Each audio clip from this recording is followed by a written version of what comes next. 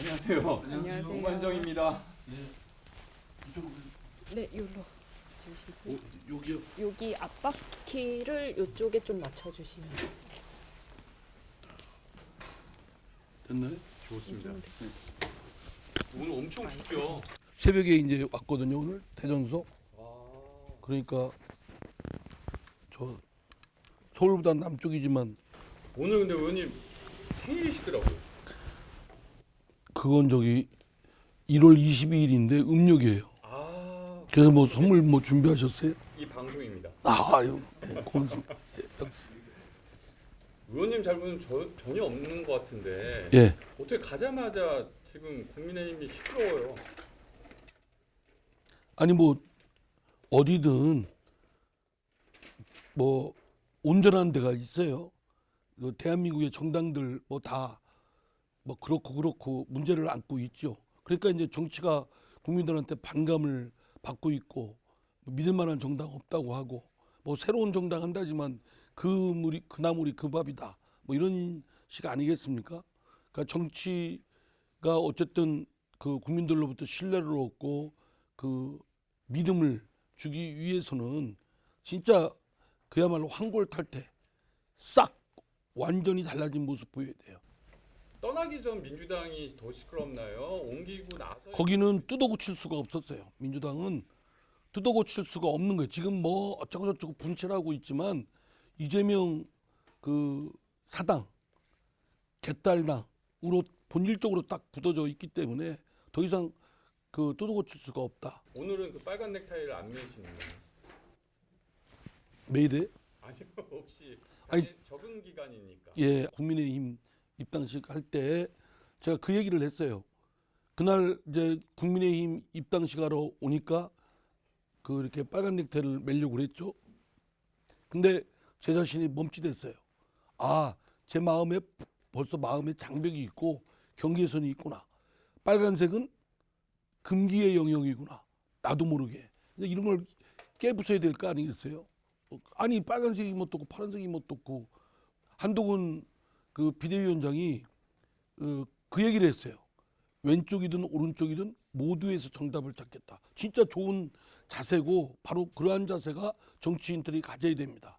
국민 민생을 위해서 집중하는데 뭐 빨간색이 뭐 떴고 파란색이 뭐 떴고 좌는 오면 어떻고 오른 우면 어때요? 네. 괜히 그거는 정치인들이 자기 정치, 네. 자기 이익을 취득하기 위해서 편가름하고 갈라치기 하는 거지. 실제로는 국민 입장에서는 관계없죠. 배부르고 등 따뜻하고 그리고 미래에 희망이 있고 이러면 된 거 아니에요? 의원님 저 신기한 거 한번 말씀드릴까요? 뭐요? 아직 오만정 시작도 안 했습니다. 그래요? 자, 지금부터 오만정 5분 안에 총선 이슈와 주요 현안을 당사자가 직접 정리하는 시간입니다. 지금부터 저 모래시계 5분을 맞추도록 하겠습니다. 예. 네, 5분 시작하겠습니다. 자, 의원님 국민의힘 입당하신 지 얼마 안 됐지만 실제 입당한 이후의 분위기를 보니까 당에 정말 윤심의 영향이 있습니까? 저는 그 국민의힘이 입당한 지 얼마 안 되는 진짜 새내기잖아요. 새내기죠. 새내기 당원이고 0.3선 그 새내기 국회의원입니다. 아직 1선도 아닌 국민의힘. 그렇죠. 네. 예. 그렇기 때문에 국민의힘의 분위기 파악이 아직은 안 돼 있죠. 옆에 누가 얘기 안 해주던가요? 안 하죠. 그런 얘기는 근데 그 으슥한 분위기는 제가 이미 국민의힘 입당하기 전에 각오하고 여기도 윤심이 작용하고 윤심에 거슬리면 그냥 딱 날아간다라는 걸 각오하고 왔기 때문에 뭐 대략은 짐작은 하는데 아직은 체감을 못했어요. 아직은 삐약삐약 단계니까 다 모든 분들이 그 환영하고 따뜻하게 대해주고 그냥 좋습니다. 그냥. 근데 최근에 일어난 일 중에 한동훈 위원장과 친윤계 의원 그리고 이관섭 실장이 와서 그렇게 해서 그만했으면 좋겠다라고 말한 것으로 알려졌어요. 근데 상식적으로 이런 프로세스는 좀 이해가 안 되는 부분이 있거든요. 아, 잘못된 거죠. 대통령이 어떻게 공당의 당대표를 물러나라 마라 해요? 그 한동훈 비대위원장은 국민의힘의 당원 당규에 따라서 비대위원장으로서 인준을 받은 공식적인 당 대표 역할을 하는 비대위원장이에요. 이거는 대통령이 관여할 수 있는 여지가 아무것도 없어요. 대통령은 우리나라의 집행부, 행정부의 수장일 뿐이고 국가원수일 뿐이에요. 그렇다고 정당의 공당의 대표를 그만했으면 좋겠다. 속마음이야 뭐 어쩌고 저쩌고 하겠지만 할 수 없어요. 그러면은 대통령도 그 말을 하면 안 되고 설사 열받아가지고 그만두게 겉으로 소리 빽질렀다 하더라도 참모들은 그거를 밖에다가 알리거나 밖에서 알게 하면 안 되죠. 더더구나 그 상대인 한동훈 위원장한테 대통령이 당신 그만두라고 했어. 이러면 얘기하면 안 되죠. 참모가 비서실장이 그 얘기 들으면 저 같으면 그렇게 해줘. 대통령이 열받아 있으니까 한동훈 위원장한테 귀뜸을 딱 주면서 대통령이 좀 언짢아한다. 이거 풀 분은 비대위원장이시니까 비대위원장이 가서 좀 대통령 심기를 좀 해라. 이렇게 하고 좀 돌려서 하면 한동훈 위원장이 무슨 뜻인지 알지 않겠어요? 근데 왜 돌리지 않고 그렇게 그러니까 그거는 잘못된 거지. 그건 참모가 잘못한 거예요. 그건 쌈 붙이는 거지. 그러니까 윤 대통령 뜻이라도 그것을 완화해서 또 제대로 얘기를 해야죠. 잘못된 걸 그대로 집행하면 불법인데 그거 참모가 그렇게 하면 되겠어요? 대통령이 미처 생각 못했거나 사려가 깊지 못했거나 감정이 앞서거나 해서 어떤 잘못된 어떤 결론을 입장을 표명했어요. 그렇다 하더라도 대통령 조금만 한숨 쉬시고 저 커피 한 잔 아이스 커피 한 잔 하시고 하면서 숨을 돌린 다음에 다시 한번 생각해 보십시오. 그래도 하라 해 그러면 그거 얘기 안 됩니다. 부당한 것을 제가 어떻게 집행합니까? 저 그만두겠습니다. 딱 그런 자세가 돼 있어야죠. 근데 의원님이 이제 5선을 지내시면서 그 관록의 정치인이신데 권력의 속성을 이해한다면은 이 둘 윤 대통령과 한동훈 위원장 사이의 어떤 그런 이견이나 아니면 이 차이가 어느 정도 예견된 건데 좀 시기가 좀 빠르지 않았나라는. 아니 그게 아니라 윤석열 대통령은 각오했지 않았을까요? 말하자면 한동훈 위원장이라는 분을 비대위원장으로 집권 여당의 비대위원장이잖아요. 안 치면 그쪽으로 권력이 쏠릴 것이다. 왜냐하면 미래 권력이기 때문에. 그죠? 공천에도 영향을 주는 당대표 역할을 하고 또 앞으로도 하기에 따라서는 지지를 받아서 다음 대권에도 노려볼 수 있는 미래 권력이잖아요. 그러면 자연스럽게 권력이 이동이 일어납니다. 국민의힘으로서는 한동훈이라는 어쩌면 야당에서 민주당에서는 윤석열의 아바타다 막 공격하지 않습니까? 그런 인물을 비대위원장 안 쳤어요. 국회의원도 아닌 분을 국민의힘의 원 주민도 아니고 오너 좁은 애도 지분을 갖고 있는 분이 아니에요. 믿을만하다고 윤석열 대통령이 어떻게 의사 프로포스해서 이렇게 당에서 비대위원장 한 거에 윤석열 대통령의 마음이 작용했던 거 아닙니까? 솔직히 끝났습니다. 하지만 벌써 끝났어요? 예, 질문은 계속 이어지겠습니다. 예. 그러면은 윤 대통령이 한동훈 위원장을 어쨌든 마음이 갔을 때 가장 기대했던 건 뭘까요? 가장 기대했던 거와 가장 우려했던 게 무엇일까요? 뭐 본인의 분신 같은 그런 어떤 신뢰감이 한동훈이 최고로 있다라고 생각을 했겠죠. 근데 사람 관계가 100% 내가 될 수가 없어요. 나와 다르면 형제지간에도 다른 거예요. 그럼 최근에 그 당정 간의 갈등을 이준석 개혁신당 대표는 약속 대련이다라는 표현을 썼어요. 태권도에서 약속 대련. 그거는 저 이준석 대표가 늘 그런 거에 익숙해서 게임식으로 생각해서 하는데 세상에 그런 걸 약속 대련하고 할 그 정도라도 되면 좋겠어요. 그거 아니에요. 실제 갈등은 존재한다. 존재하죠. 존재할 수밖에 없어요. 필연적으로. 그러면 결국 이른바 김건희 리스크는 총선 전에 어떤 방향으로 정리될 것으로 예상됩니다. 다들 얘기하시면 김건희 여사가 그 경과 물건을 주고받고 하고 그 사람이 왜 왔고 또 만났고 이런 과정을 국민 앞에 소상히 정확하게 말씀드리고 그리고 어쨌든 그런 사람들을 만나고 해서 이런 무리를 빚은 거에 대한 대국민 사과를 하시면 될 일이라고 생각합니다. 근데 김경률 비대위원도 그 얘기를 언론 인터뷰를 전했다가 최근에 어쨌든 이런 사단이 났거든요. 어떻게 보면은 거꾸로 하면 그게 안 받아들인다라는 지금 상황으로 인식이 되거든요. 근데 이런 객관적 상황을 대통령실의 참모들이 윤석열 대통령한테 알려드려야 됩니다. 이건 질질 끌수록 윤석열 대통령한테 피해예요. 그리고 윤석열 대통령과 대통령실과 당 국민의힘이 갈등을 빚고 싸움이 됐다. 그러면 시간에 윤석열 대통령한테는 시간이 편의될 수가 없어요. 불리해집니다. 갈수록 권력은 이동되고 그게 섭섭하죠. 또 금단 현상이 생기죠.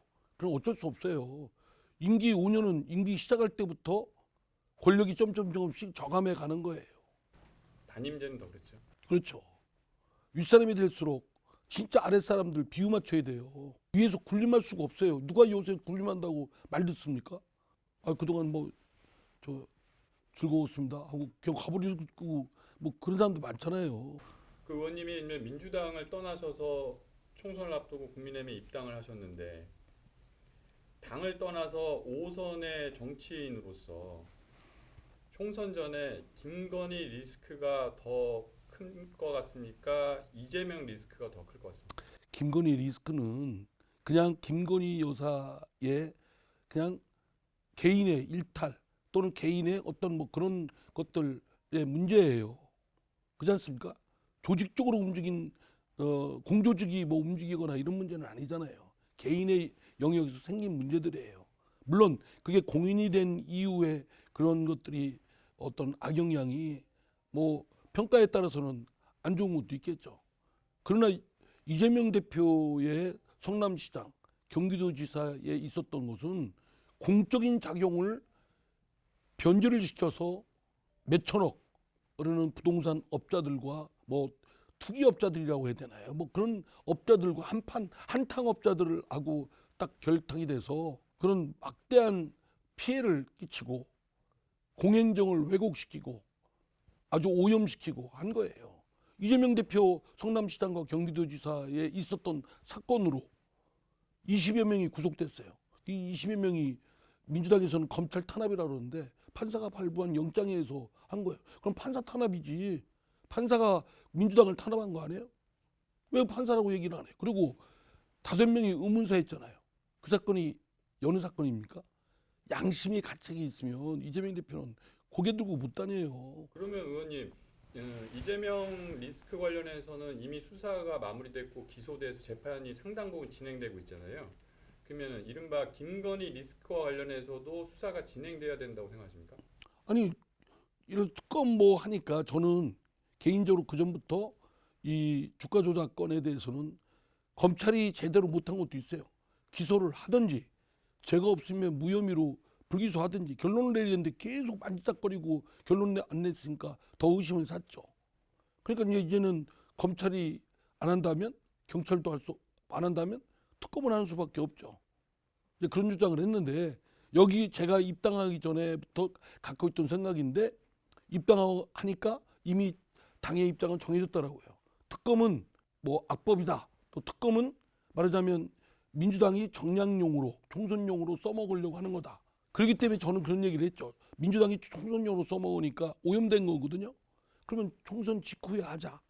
그리고 특검 추천권도 대한변협이나 이런 데서 하도록 하고 그중 문제된 조항들을 바꾸고 이런 얘기를 했더니 이제 국민의힘에서는 이미 특검 자체를 거부를 하더라고요. 그러니까 제가 국민의힘에 입당한 지 얼마 안 된 사람이 내 입장이 뭐다 이렇게 할 수는 없죠. 저는 그래서 국민의힘의 그런 입장을 존중을 한다라고 말씀을 드린 겁니다. 그러면 예를 들어서 하지만 상황이 굉장히 안 좋은 상황으로 흘러가는 경우, 예를 들어서 김건희 여사가 계속 사과를 입장표명을 안 한다거나 이런 경우에 그러면 수사에 대한 목소리를 내실 계획이세요? 그런 건 아닙니다.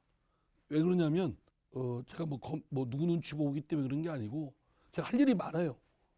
제가 정치에 해야 되는 우선순위에 아젠다가 있기 때문에 김건희 씨 문제든 이런 문제는 솔직히 우리나라의 많은 그 국민들의 민생과는 좀 거리가 있는 문제들이에요. 지금 얼마나 일자리 문제, 먹고 사는 문제, 부채 문제, 빚 문제, 개인 빚 뭐 이런 문제들이 쌓여 있잖아요. 고금리에다가 고물가에다가 좀 해야 될 일이 많아요. 개인적인 질문 드리겠습니다. 예전에 자유선진당으로 옮기실 때랑 이번에 국민의힘으로 옮기실 때랑 언제가 더 고민되고 힘드셨어요? 자유선진당 재선일 때는 공천 떨어지자마자 공천 딱 탈락시켜서 떨어지자마자 딴 데서 뭐 생각할 겨를 없이 자유선진당에서 영입제의가 왔어요. 그 신생당이죠. 그러니까 무소속보다는 낫겠다라고 해서 얼른 자유선진당으로 가서 이제 해서 당선됐죠. 이번에는 제가 그 이재명 사당 개딸당을 당내에서 어떻게든 민주성과 건강성을 회복하려고 또 도덕성을 회복하려고 노력을 했지만 너무나 저 역부족이었어요. 뭐 개딸들한테 뭐 하여튼 저 엄청 공격받고 또 뭐 당내에서도 의원들 중에 제가 5선이면 고참이잖아요. 사실 터줏대감이죠. 그렇지 않습니까? 제가 2004년도 열린우당으로 시작한 사람인데 그런데도 불구하고 쫙 짜려보는 눈길들이 아주 뭐 그랬어요. 그래서 제가 눈길만 줬나요? 예? 눈길만 줬어요? 눈길이 아니라 그러면 뭐 주먹줄 줄 일은 없죠. 그러나 눈길을 쫙 하는 게 그때 심리적으로 더 힘든 거 아니에요? 나이도 아니 저 한참 후배되는 친구 딱 빳빳이 있고 막 살벌하게 대하고 그러면 참 그 뭐라 할 수도 없잖아요. 공진 의원분들 뭘 하셨어요? 예? 혹시 주변에 친한 풀잎처럼 누워 있어요. 바람도 안 부는데 초선부터 중진까지 이재명 앞에 선이라면 그냥 그대 앞에만 서면 작아지기만 하면 의원님하고 나요. 친한 분들 다 변했어요. 아, 내 이름 거론하는 뭐 정성호 뭐 다 안민석 진짜 한때 그 나한테 호영모 형명님하고 뭐 이런 다 돌아섰어요. 아 사람 인심이 그렇더라고. 내가 이재명 대표 공격하니까 상대적으로 더 점점 이제는 다른 방송에 나와서 저를 공격하고 나가려면 나가라. 그 의원님 정말 만약에 희망대로 육선이 되신다면 국회 의장님이 되고 싶으세요? 네. 아 어떤 이유 때문에? 저기 국회 바로 잡고 싶어요. 국회가 제 역할 못 해요. 국회는 민의의 전당이에요. 민심을 제대로 대변해서 집행부가 누구였어요? 대통령과 정부 사람들 아니에요? 사법부 이런 데에 대해서 그 민의를 제대로 대변해서 관철을 시켜야 돼요. 협상을 통해서 또는 강력한 정치력을 발휘해서. 근데 지금 우리의 의회는 국회는 대통령 그 권력에 비하면 저 밑바닥에 있어가 눈치 보기에 급급해요. 그냥 풀잎처럼 누워요. 바람이 불지 않는데도. 그럼 그래서 의회의 수장으로서 민의의 전당의 그 최고 지도자로서 집행부 대통령과 같이 뭐 늘 맞짱을 뜬다는 건 아니지만 적절한 긴장과 견제와 협업이 가능하도록 끌어올릴 거고 또 하나는 의원들의 역량을 좀 바로잡아야 되겠다. 역량이 우리나라의 국가 위상에 비하면 글로벌하지가 않아요. 영어 써서 좀 죄송한데 외국에 지금 저기 우리 미국과의 동맹을 그렇게 중요시하면서 미국의 국회의원들하고 정치인들하고 한 라인 형성해서 언제든지 통화할 수 있는 국회의원이 한 명도 없어요. 아, 그게 해야 될 거 아니에요. 다 그냥 외교는 외교부가 하는 걸로 알고 있거든요. 정치인들이 더 중요합니다. 독일통, 프랑스통, 일본통, 뭐 미국통 해야 될 거 아니에요. 그리고 저 중국통, 러시아통. 그래서 늘 토대를 굳건히 해가지고 우리가 인류적 문제에 글로벌 리더십을 확보를 해야죠. 알겠습니다. 지금까지 오만정이었습니다. 감사합니다. 예, 감사합니다. 지난주에 그 이게 벌써 끝났네. 예? 너무 짧으셨어요. 아니 근데 5분은 별로 한 것도 없는데. 아까 많이 말씀하셨어요. 아니 했어요? 예. 쓸만한 거리 있었어요. 그리고 이쪽에서 한 첫 번째 출연자세요. 원래 다른 데서 하셨는데 예. 이쪽에서 이렇게 휠체어 타시니까 이동이 좀 좋은 데로 예. 해가지고 아 이렇게 또 배려를 스튜디오가 약간 불편하실까봐. 이런 배려심 이런 걸 진짜 윤석열 대통령이 배워야 돼. 아니 좀 조금만 이렇게 좀 하면은 얼마나 좋아. 대통령이 베풀 것도 많은데 이태원 사고 유가족들도 만나고 그죠? 그다음에 그 최상병 그쪽도 만나고 같이 이렇게 가서 진짜 이런 걸 보여줘야 저기 하는 거 아니에요? 짐짓 그런 모습이라도. 앞으로 또 의원님께서 쓴소리를 많이 해주실 거라. 아유, 네. 병아리 지나시면요. 예? 병아리 지나면 0.3